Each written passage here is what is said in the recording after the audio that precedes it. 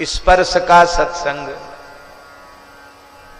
संत छू दें, प्रेम से छू दें, किसी भी पैर से लेके सिर तक किसी भी अंग को छू दें तो भी उस जीव का कल्याण हो जाता है।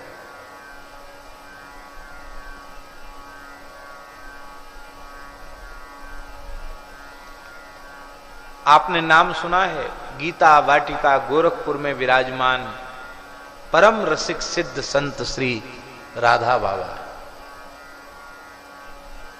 जो पूर्व में चक्रधर बाबा के नाम से प्रसिद्ध थे। बहुत दिव्य जीवन चरित्र है, पढ़ने योग्य उनका जीवन चरित्र है, अवश्य पढ़ना चाहिए साधकों को। तो राधा बाबा, भगवान शिव पार्वती ने उन्हें सन्यास की आज्ञा दी थी और उनकी कृपा से उन्होंने सन्यास ग्रहण किया था। और बड़े उस जमाने के क्रांतिकारी भी थे और बड़े उच्च कोटि के ज्ञानी थे। तो उनकी अद्वैत निष्ठा परिपक्व थी। वो नाम रूप को नहीं मानते थे, बोले तो माया की चीज है नाम रूप। सगुण को भी माया से युक्त ही मानते थे। पर एक जगह स्वामी श्री राम सुखदास जी महाराज सेठ जयदयाल गोयनका जी के पत्र बांच रहे थे सत्संग में, और श्री राधा बाबा ने उनको सुन लिया।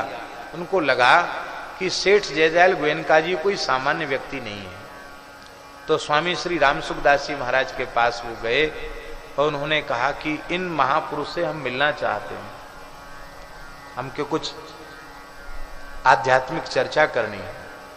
तो उस समय सेठ जयदयाल गोयनका जी गीता प्रेस के संस्थापक, 18 वर्ष की आयु में उनको भगवान का प्रत्यक्ष दर्शन हो गया था चतुर्भुज रूप में।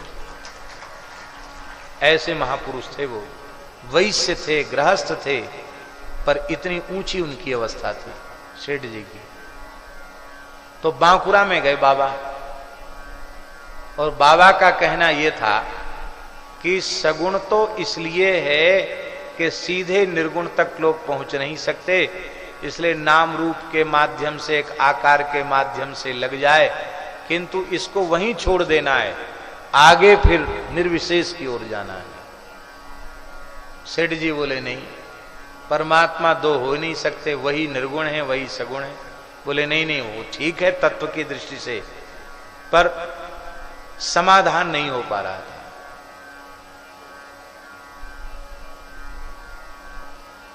हमने यहां तक सुना है कि सेठ जी कई दिन तक चर्चा होते होते हो गया, अंत में सेठ जी ने भगवान से प्रार्थना की तो भगवान की झलक भी सामने आ गई। बाबा कहते थे ये सब जो दिखता है वो सब माया है। भगवान के चतुर्भुज स्वरूप को बोले दिखता है वो माया है। मायापति को भी माया कहने लगे बाबा, ऐसे कट्टर ज्ञानी थे महाराज। तो श्री सेठ जी ने कहा कि गोरखपुर में गीता वाटिका में भाई हनुमान प्रसाद जी रहते हैं, वो संपादक हैं, हमारे अभिन्न सहयोगी हैं, वो उच्च कोटि के भक्त हैं। सेठ जी ने कहा आप उनके पास जाओ।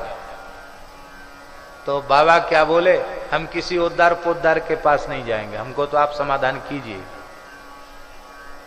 आपके पत्र सुनकर, आपकी तत्व चिंतामणि पढ़ करके ये तो समझ में आ गया कि आप अनुभवी संत हैं, अनुभवी महापुरुष हैं, पर समाधान आप दीजिए। बोले आप जाइए तो सही। तो बाबा गीता वाटिका गोरखपुर आए, पैसा छूते नहीं थे, सेठ जी ने ट्रेन में उनको चढ़ा दिया था। आए वहां से पैदल चल के गीता वाटिका आए स्टेशन से, भूखे प्यासे थे, रास्ते में कुछ खाया नहीं। और शरद पूर्णिमा के दिन बाबा वहां पहुंचे सुबेरे।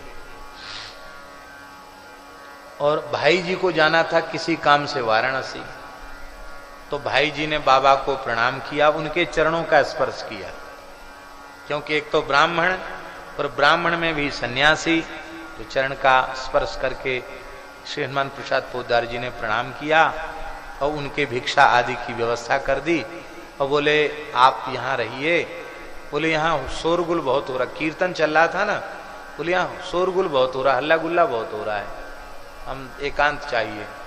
तो वाटिका में सबसे पीछे वाली झोपड़ी उनको भाई जी ने कहा इस पर्ण कुटी में आप आसन लगाइए, यहाँ आवाज नहीं जाती। वो बाबा वहां चले गए। भाई जी के स्पर्श का वह दिव्य प्रभाव था कि उसी रात्रि को बाबा बैठ करके ध्यान की मुद्रा में उस निर्गुण निराकार निर्विशेष ज्योतिष स्वरूप परमात्मा का ध्यान कर रहे थे। वो परमात्मा का ध्यान क्या, आत्मानुसंधान कर रहे थे, क्योंकि आत्मा के अतिरिक्त तो वहां किसी की सत्ता है ही नहीं। तो अपने ही स्वरूप का ध्यान कर रहे थे। और उसी बीच में बाबा को पता नहीं क्या हुआ, हमारे ठाकुर जी तो बहुत जल्दी कब्जा करते हैं किसी भोले भाले के ऊपर।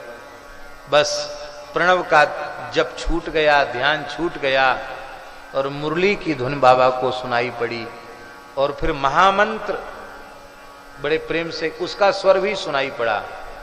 और देखते देखते बाबा के सामने नीलमणि त्रिभुवन मोहन श्याम सुंदर प्रकट हो गए और बाबा सदा सर्वदा के लिए ठाकुर जी के हो गए। ये किसका प्रभाव था? बाबा ने अनुभव किया। बाबा कहते थे हमें भाई जी के को प्रणाम करना चाहिए था, लेकिन मर्यादा है सन्यास की, हम कैसे प्रणाम करते? वो वैश्य हैं, गृहस्थ हैं और हम विप्र कुल में उत्पन्न हुए हैं, यति हैं, चतुर्थाश्रमी हैं, कैसे प्रणाम करते? लेकिन जो प्रणाम करने से मिलता वही भाई जी ने चरण छूकर हमको दे दिया। हमारे चरण छुए लेकिन हमारे भीतर कृष्ण प्रेम का संचार कर दिया। प्रेम से स्पर्श, माथा छू दें चाहे पैर छू दें, कृपा हो गई। और इतना ही नहीं, आहा, मान लो क्रोध से छू दें, माने थप्पड़ जड़ दें, घूसा लगा दें, लात मार दें, तो भी समझो कृपा होगी।